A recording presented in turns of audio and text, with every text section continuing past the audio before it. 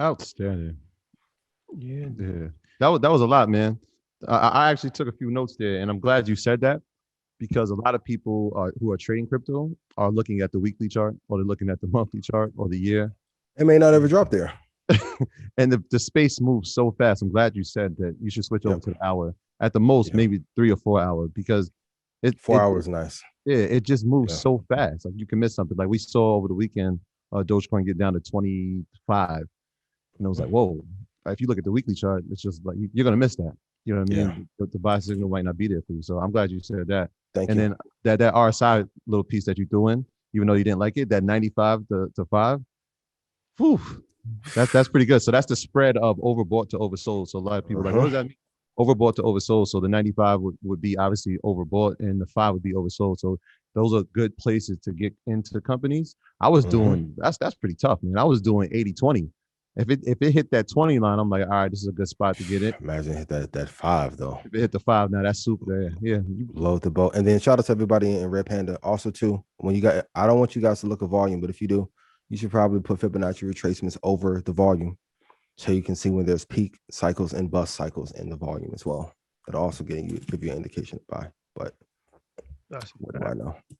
let's talk about this a little bit before we go.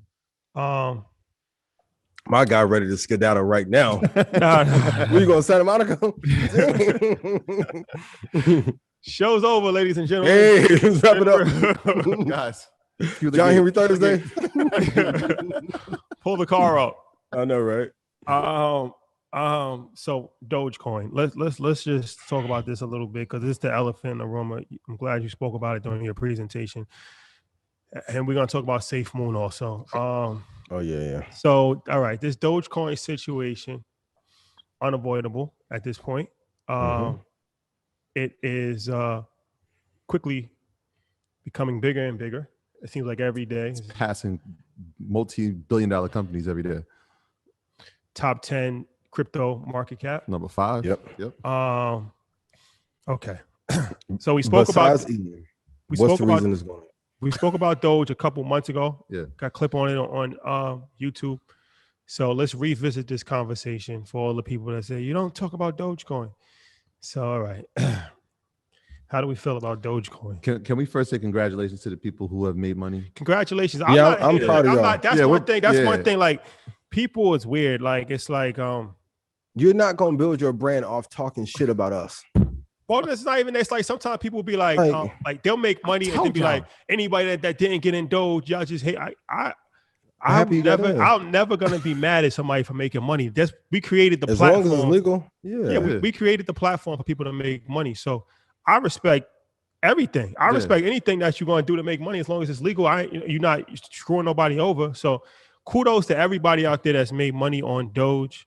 They were like, I told you, I got my whole kid's college tuition. I'm like, yo, I'm happy for you. Congratulations. Congrats. Man. Like you made some money. Like, but depending on what brokers you use, some of you are now having issues liquidating the 150 that you made.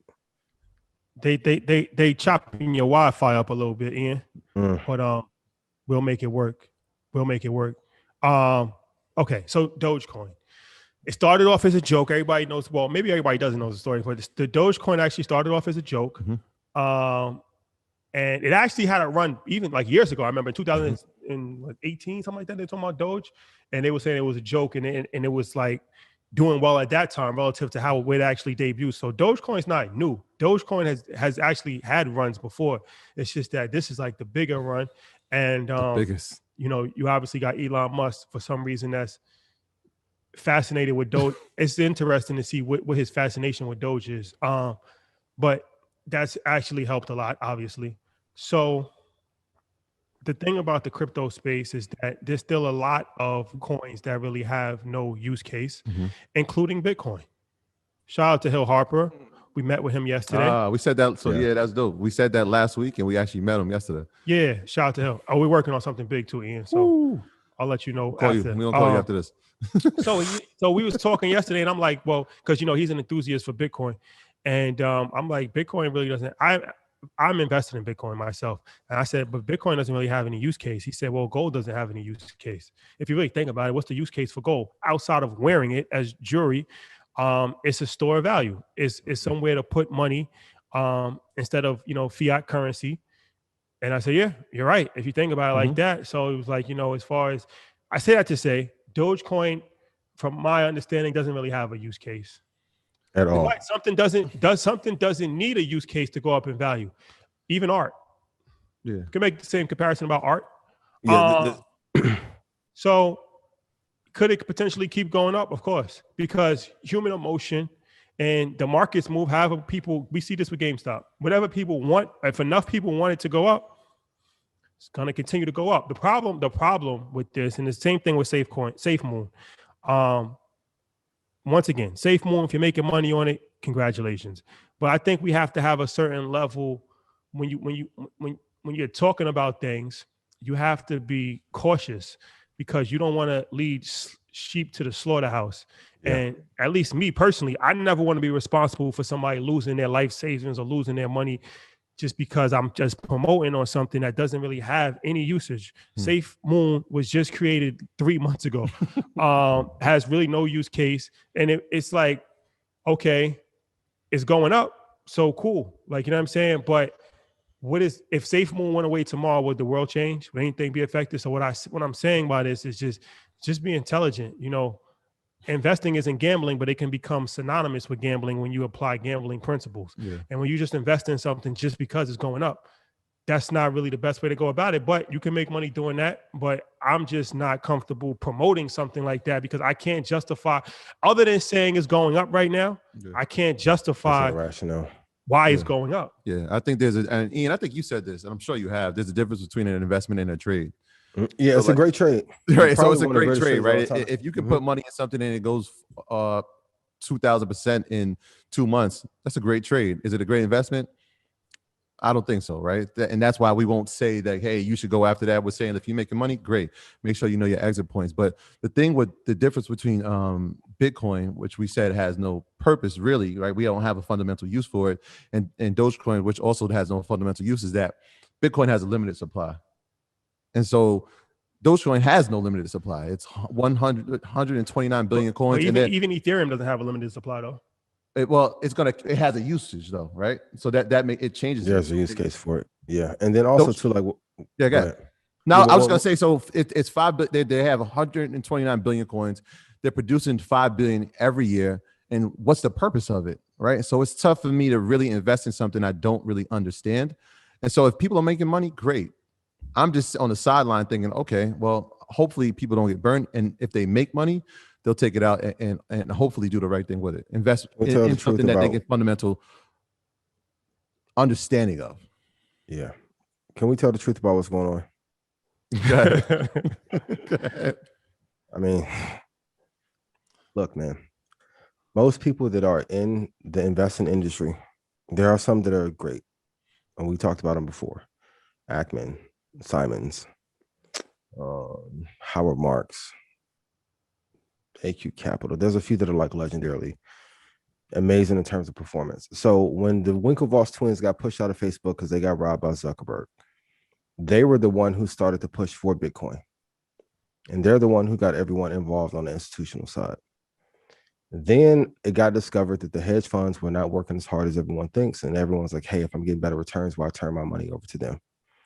And then Bitcoin began to ran off. And we talked about it last year. Like if Bitcoin got institutional adoption, it would take off like crazy. I think we talked about this last October or September.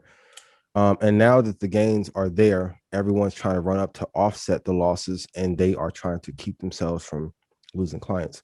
Don't you guys think it's interesting on Monday and Fridays when funds are typically reporting to clients, or end of quarter or top quarter, the market is going up like crazy. Then middle of week or middle of quarter, we're sliding down for a long period of time. I want you guys to be able to see every part of the game so you don't get used. So if you're making money on a trade, I'm not mad at it. I'm happy for you. I want you to get your money. But all this is happening because it got exposed that hedge funds, prop firms, and managers were not producing returns and were not even trying to get better returns for people. And then once that lid got taken off, they're trying to catch up. So now that they miss Bitcoin, they're running to everything else to prop the market up. And what's not being talked about is these gains are being printed really fast because the market is not driving the value that it should. And then the job market is not as good as it should be. So I'm in New York City right now. I've never seen the city look more dry than it does now. But if you looked at the market, you wouldn't be able to tell. So if I get you to focus on this hand, but I'm robbing you here with the job market, and then when we have another recession in 2027, I think the job market will be done. And we will go to even, I mean, I put it up today, but like with the thing I told you guys about, like the no email thing, Cal Newport is really going to push for tech companies to not do any email at all. Then it's going to be a very hard line of performance-based KPIs that are ridiculous to maintain, so they can fire you and then push automation even heavier. Please be careful. This is not a conspiracy theory. This is people I'm talking to in tech that are telling me this shit. So be careful. For those of you that are in your trades, know when you're going to get out and when to take profit, because I don't want you to be up 200 grand and then in 6 months you're down 30. It can happen. Be careful. That is the truth about what's really going on. So I think it's dope that everybody's running up and it's to the moon and everybody's high-fiving. Great. But we had a huge drawdown on Saturday. Thank God it recovered. But what if we went through a drawdown period for 3 months? Most people would be wiped out, but the hedge funds would be taking profit before it gets there. Use those markers of 5x and 10x to be able to get out. And go look at what the price of Dogecoin was in January compared to where it is now. You'll see what the multiple was. Yeah. All the hedge funds getting out of one place. You said a drawdown for 3 months. Try 3 years. We were in this thing in 2017. And we watched our accounts get slaughtered, but you know what? We just said, all right, I opened up my Coinbase for a year and a half. We're gonna stay here. Did I talk about that last time? Yeah, you mentioned it. You can talk about it again. I just want last thing on Dogecoin. So Ian, this is crazy. So think about this, right? Its market cap is over like 60 billion right now, right? So it's worth right now. It's worth more than Walgreens. It's worth more than Las Vegas Sands, and it's worth more than CrowdStrike. Right now, with no purpose.